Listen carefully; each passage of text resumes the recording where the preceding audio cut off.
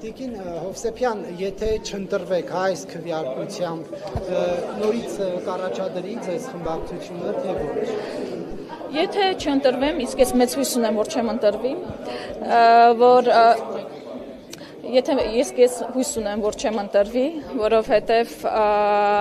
փաստացի ես նշեցի, որ ես ունեմ այս հանձնաժողովի հետ կապված իմ մեր ֆրակցիայի որոշակի մոտեցումները, որ պետք է անկեղծ լինենք մեր ժողովրդի հետ, պետք է աշխատենք հենց մեր ժողովրդի առօրյա կյանքում որակական փոփոխություններ մտցնելու ուղղությամբ, կարծես թե այդ օրը պատգամավորների հատկապես, ոչ թե հատկապես մասնավորապես քաղաքացիական պայմանագրի պատգամավորները այդպես չէին կարծում, եւ եթե նրանք այդպես չեն կարծում, հետեւաբար կա արդեն իսկ որոշակի տարբերություն մոտեցումների։ Իմ կյանքում ոչինչ չի փոխվելու, մենք եկել ենք ազգային ժողով աշխատելու, անկախ նրանից որ հանձնաժողովում լինի, այդ հանձնաժողովում ինչ կարգավիճակում լինի, շարունակելու ենք ինտենսիվ աշխատանքները, թե այլ թեկնածու, պատասխանում հարցը դա է, այլ թեկնածու կլինի, կառաջադրվի, թե ոչ, ֆրակցիան կորոշի ու բան կանենք, կհասկանանք։ Իշխանությունը կարող է մի մեթոդ կիրառել, օրինակ չընտրի փոխնախագահը կառավարի, նման բան եղել է, դուք ինչ կանեք։ Տեղյակ եմ, այդ դեպքում ամեն դեպքում մենք, ինչպես ասեցի, մեր աշխատանքները որպես հանձնաժողովի անդամ, սովորական անդամ շարունակելու ենք այնպես։ Եվ գնեք Տիկին Հովսեփյան, մեկ բան ճշտեմ ու ես ավարտեմ գնամ։ Տիկին Հովսեփյան, ձեր դիմում գրելու հետ կապված դուք երեք ասեցի 23 թվականին եք դիմումը գրել, ճիշտ եմ, չէ՞ հիշում։ Շատ 21 բարձ գնանք, նոյեմբերի 9-ից հետո 20 թվականի հաջորդ օրը ես արտաքին գործերի նախարարությունում իմ դիմումը գրել եմ աշխատանքից ազատման։ Ինձ նման նաև գրել են էլի մարդիկ իրականում արդարության համար պետք է ասել արտաքին գործերի նախարարությունում։ Այո, շնորհակալ եմ հարցի համար։ Պետք է հստակությունը մտցնել, որպեսզի մարդկանց մոտ հանկարծ հյուրընկալումներ չլինեն։ Ես գրել եմ նոյեմբերի 10-ին իմ դիմումը եւ ինչպես նշել եմ իմ խոսքում, եթե արտաքին գործերի նախարարությունում դեռևս կան արդար ազնիվ մարդիկ, նրանք կհաստատեն դա, բայց որոշում ենք կայացրել, նաեւ ինձ նման նաեւ այլ մարդիկ են եղել, որ քանի որ այդ ժամանակը հիշեք, որ երկիրը այսպես անցումային մի փուլում է եղել, պատերազմի այդ շոկից հետո, որոշեցինք սպասել ընտրություններին։ Բայց ես դիմումս գրել եւ իջել եմ փողոց, ինձ մոտ նախապայման է եղել, որ եթե չեք ընդունում իմ դիմումը, այնուամենայնիվ ես իմ անհամաձայնությունը հայտնում եմ վարվող քաղաքականության հետ, ես իջնելու եմ փողոց, ուզում եք ինձ աշխատանքից հանեք։ Բայց շարունակում էլի։ Ներողություն եմ խնդրում, շարունակեմ ձեր բոլոր հարցերին անպայման պատասխանել եմ։ Ու իջել եմ փողոց։ Դրանից հետո ընտրություններից հետո այնպես էր ստացվել, որ իմ սրտի տակ բալիկ կար ու ես գնացի երեխայի խնամքի արձակուրդ։ Ես հիշում եմ հուլիս-օգոստոս, նշեցին, որ սեպտեմբեր էր։ Կարող է նաև այդ մի ամսվա տարբերություն սխալ եմ ասել, ներողություն եմ խնդրում, չէի հիշում։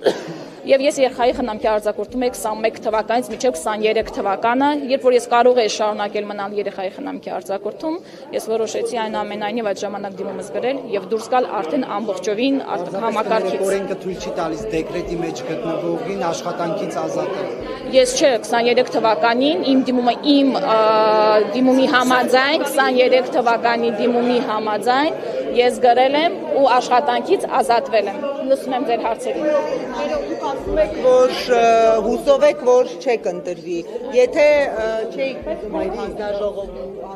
ղեկավարել, որ չխմբակցում եղել եք, ինչու հենց ձեր թեկնածուն առաջադրվեց։ Այդ օրը ոչ, ես մեծ ցանկություն ունեի այդ աշխատանքի պարտավորությունները ստանձնելու, բայց հենց այդ օրը երեք որոշականատես եղանք, որ այնուամենայնիվ հարցադրումների մեծ մասը չէր վերաբերում եվրաինտեգրմանը, այլ վերաբերում էին այլ հարցերի հետագա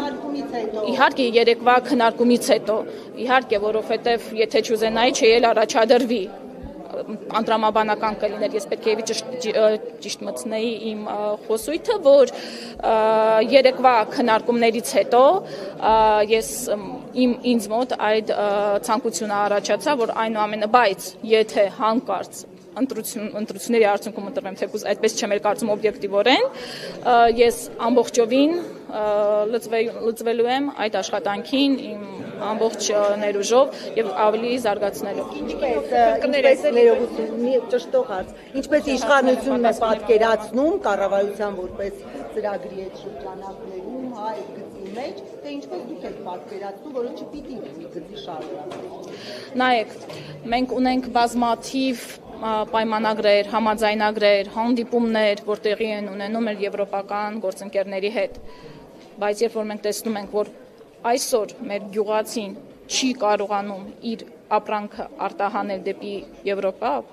երբ տեսնում ենք, որ բողոքի ցույցեր են տեղի ունենում, չէ, տեսնում ենք նրանք ճանապարհ են փակում, հաստատի հասկանում ենք, որ դեկլարատիվ բնույթի են այդ հարաբերությունները։ Իսկ մենք կողմնակից ենք բովանդակայինի, այսինքն ունենալ առնվազն այն, ինչ որ մենք ունենք այսօրվա Երևանպայմանագրային բազայից ելնելով, այդ ամենը իրականացնենք, հասկանանք ինչքանով ենք բավարարում այդ ստանդարտներին, այդ ստանդարտները եվրոպական ինչքան ենք բերում եւ տեղայնացնում մեր մարդկանց առօրյա կյանքում փոփոխություն բերում։ Եթե դա կարողանում ենք անել, հենց դա է մեր հիմնական նպատակը, բայց մինչ օրս մենք դա չենք տեսել եւ ինչպես հասկացա երեկվա մեր քննարկումներից քաղաքացիական պայմանագրի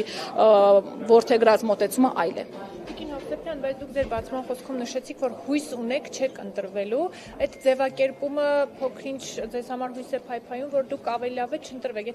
բայց նոր էլ նշեցիք, որ եթե ցանկություն չունենայիք չեք առաջադրվի, այդ դեպքում օրինակ ավելի լավ չէր թողնել իշխանությանը իրենք էլ ընտրեին, գնային ավելի լավ։ Ես նշեցի իմ պատասխանը, որ երեկվա օրվանից հետո տրված հարցադրումներից հետո ես հասկացա, որ այնուամենայնիվ ինձ համար այդ հարցադրումները ուղղություն դուք ականատես եք եղել, հա, այսինքն բան չէ, դեմ են ու մնացած բոլորին ես չգիտեմ մնացած բոլորին ինչպես է նրա տրամադրվածություն եւ այլն, բայց կոնկրետ երեկվա օրվա քննարկումներից հետո, հարցադրումներից հետո, նիստից հետո այն ինչ որ տեղի ունեցել, պարզ օրինակ, որ ես ուղղակի սայթակում է եղել, որ ասեցի հիբրիդային պատերազմի հետ կապված, չէ, հետո իրականում ի պատիվ նաև քաղաքացիական պայմանագրի հարցադրումը տրվող падգամավորը ինքը իհարկե հասկացա, որ իմ ամբողջ տեքստը դրանից հետո բխում է նրանից, որ մենք դեմ ենք դրան, այն շահարկումը, որ տեղի ունեցավ, ակնհայտ էր, որ նրանք փորձելու են այդ բոլոր մանիպուլյացիաները իրականացնել արդեն անձամբ Դրա համար ես իմ անձնական զգացմունքներից ելնելով երեկվա օրվանից հետո, նորից նշեցի ես հարցին պատասխանեցի, երեկվա օրվանից հետո մտածում եմ, որ ամենայնիվ չեմ ընտրվելու երևի, ինչ պատճառով որևէ կյանքում փոփոխություն չի լինելու եւ հույս ունեմ, որ չեմ ընտրվելու։ Այստեղ, հա, քաղաքական գործիչ եք այլևս եւ այդ փոքր հիասթափությունից հետո տենց որոշել, որ լավ կլինի, որ ձեզ չընտրեն հանձնաժողովի նախագահ չեք կարծում, որ արդեն քաղաքական գործ չի եւ Չէ, տեսեք, ընդհանրապես նշեցի, որ ամբողջությամբ լծվելու եմ աշխատանքին, որ հանձնաժողովում լինեմ, ամբողջությամբ մենք ֆրակցիայով եկել ենք ազգային ժողով աշխատելու անկախ վարքավիճակից, անկախ հանձնաժողովից, այնպես որ որևէ հիասթափություն չկա, բացարձակ։ Ուրեմն ասեմ քաղաքականությունից դուրս գալու ցանկություն ունեք երեկվա քննարկումներից հետո, թե միայն հանձնաժողովի։ Իհարկե ոչ։ Մենք պատրաստ ենք բոլոր սցենարներին, ես պարզապես հայտնեցի, որ երեկվա օրվանից հետո այդ ցանկությունն ինձ մոտ առաջացավ։ Ասացիք, որ ձեր լեզվական սայթը շահարկել։ Այո, բարձրաբաներ, ովքեր են շահարկել։ Ամենայն դեպս ես երբ որ հետևում էի ազգային ժողովի նիստին, Տիկին Ղազարյանի հետ ձեր ունեցած ճշգրտող երկխոսությունից հետո որևէ իշխանական падգամավոր չի շահարկել։ Շահարկում գուցե սոցիալական հարթակներում եղել են։ Ես դուք ձեր հարցի պատասխանը տվեցիք, որ մասնավոր հատված է։ Ավարտեմ, հա։ Շահարկումները եղան բոլոր դաշտերից։ Ես անգամ լավ է երեկվեր հիշեցի, որ անգամ հիբրիդային պատերազմի մասով ունեի գրառում արված դերևս փետրվարի 3-ին, որտեղ որ հստակ դիրքավորումը հայտնում էի, այնպես որ բոլոր դեպքերում այդ փոքր ինչ որ դրվագային, հա, այսպես ասենք, դրվագային հատվածները պարզօրինակ էին մոտեցումների տարբերությամբ։ Ես ուզում եմ հասկանալ հանրության մոտ գուցե տարընկալում եղավ, այսինքն չտեսան ձեր երկխոսության Տիկին Ղազարյանի հետ այն հատվածը, որ դուք ասում եք սա թափում էր, իմ հաջորդող միտքը այն մասին, որ ես դեմ եմ եւ այլն։ Բայց դուք շահարկում ասվածը տարածում եք խորհրդարանի վրա, որն էլ պետք է ընտրի ձեզ։ Ես մի հատ դրվագային պահը ասացի եւ ասացի, որ դա շահարկվել է, կարող եք նշել տարբեր որ դաշտերի կողմից է շահարկվել, ինքներդ կարող եք տեսնել, ինքներդ կարող եք մոնիտորինգ անել ու հասկանալ։ Քաղաքագետներից մեկը գրառում էր արել, իդեպ ես այդ գրառման ներքո կոմենտ եմ գրել եւ ասել եմ, որ դուք լեզվական սայթ։ Շնորհակալ եմ։ Շնորհակալ եմ։ Շնորհակալություն։ Տիկին Հովսեփյան մի հարցել, ձեր երեկվա հարցի պատասխանից քննարկումից այդպես էլ հստակ չդարձավ։ Ի վերջո դուք կողմ եք Եվրոպական միության անդամակցությանը Հայաստանի դադարեցնելով անդամակցությունը ԵԱՏՄ-ին։ Տեսեք, ես նորից կարող եմ ավելի Եվրոպական ինտեգրման կողմնակից կա 3 հարթություն. Եվրոպական միության հետ հարաբերությունների խորացում,